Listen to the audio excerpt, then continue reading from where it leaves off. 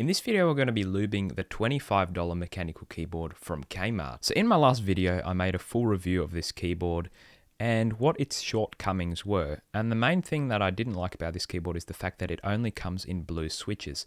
And I'm not a big fan of blue switches because they're extremely loud and unpleasing to the ear. So by lubing the keyboard, this should remove most of the clicky sounds that this keyboard makes from its blue switches, and hopefully make it a pretty decent keyboard for $25. So to lube this keyboard, all you'll need really is some sort of lubricant and a brush. Now for me, the lubricant of choice is SRAM butter, which is basically a suspension grease for mountain bikes. Now you can use Krytox 205G0, that's what most people would recommend, but I don't have any of that on hand, so I'm just going to be using the SRAM butter. With the method of lubing I'll be using, you do not need to take off the switches from the keyboard, like unsolder them or anything like that. You just lube them from the top, but this does get quite messy and your switches will be covered in lube after this. So methylated spirits on a rag or something like that would easily take care of that. But realistically, it doesn't really matter because it's going to be under your keycaps later anyway. So firstly, what you want to do is take off all the keycaps on your keyboard, and then using your brush, you want to put a fair bit of lube on it. Then you want to use another stick of some sort to push the switch down so it's all the way down, and then you put your lube with your brush into the top sections of this switch. The top portion of the switch is where the clicky part is. So that's the part where you want to stuff all the lube in so it stops that clicking sound from happening. And basically you want to just keep pouring lube and really pushing it in there with your brush until you push your switch and it doesn't make the clicky sound anymore. And that's how you know you've lubed the switch properly. And then you move on to the next one.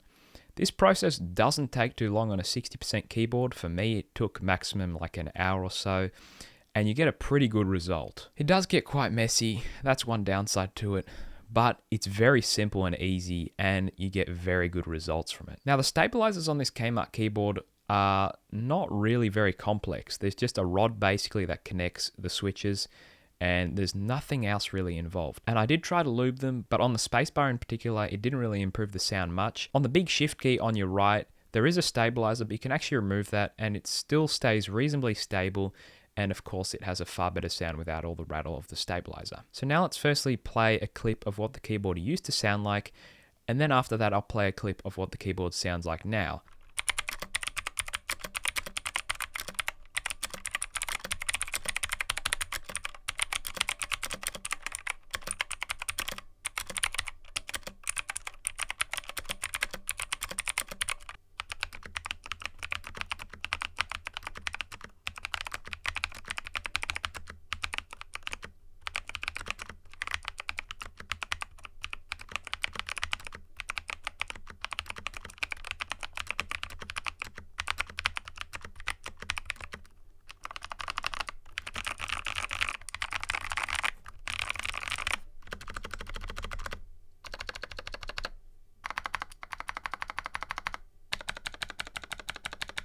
So as you can hear, the keyboard sounds far better than it did before with the lubed switches. Now this is personal preference. Some people out there do actually like the sound of blue clicky switches. I personally actually used to love the sound when I was a lot younger because I thought louder is better. But now the sound of this keyboard with lube is pretty good, I must say.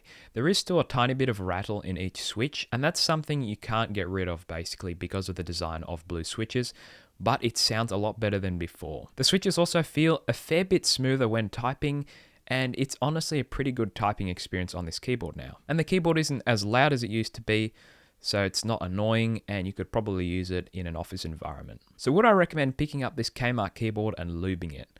Well, for $25, it's a pretty decent keyboard, and when lubed, it sounds pretty decent. But for an extra $25, you could get the Fantech MaxFit 61 keyboard, which is also a 60% layout keyboard, but this keyboard is RGB, fully hot swappable, and it comes in 3 variety of switches from the box. It also comes in 2 colors, white and black. And the build quality on it is far better than the Kmart one. So that would be my pick if you are looking for a budget-friendly mechanical keyboard that you can mod very easily since it is fully hot swappable. So hopefully this video did help you out. If it did, drop a like on the video. If it didn't, drop a dislike on the video. And I'll catch you guys in the next one.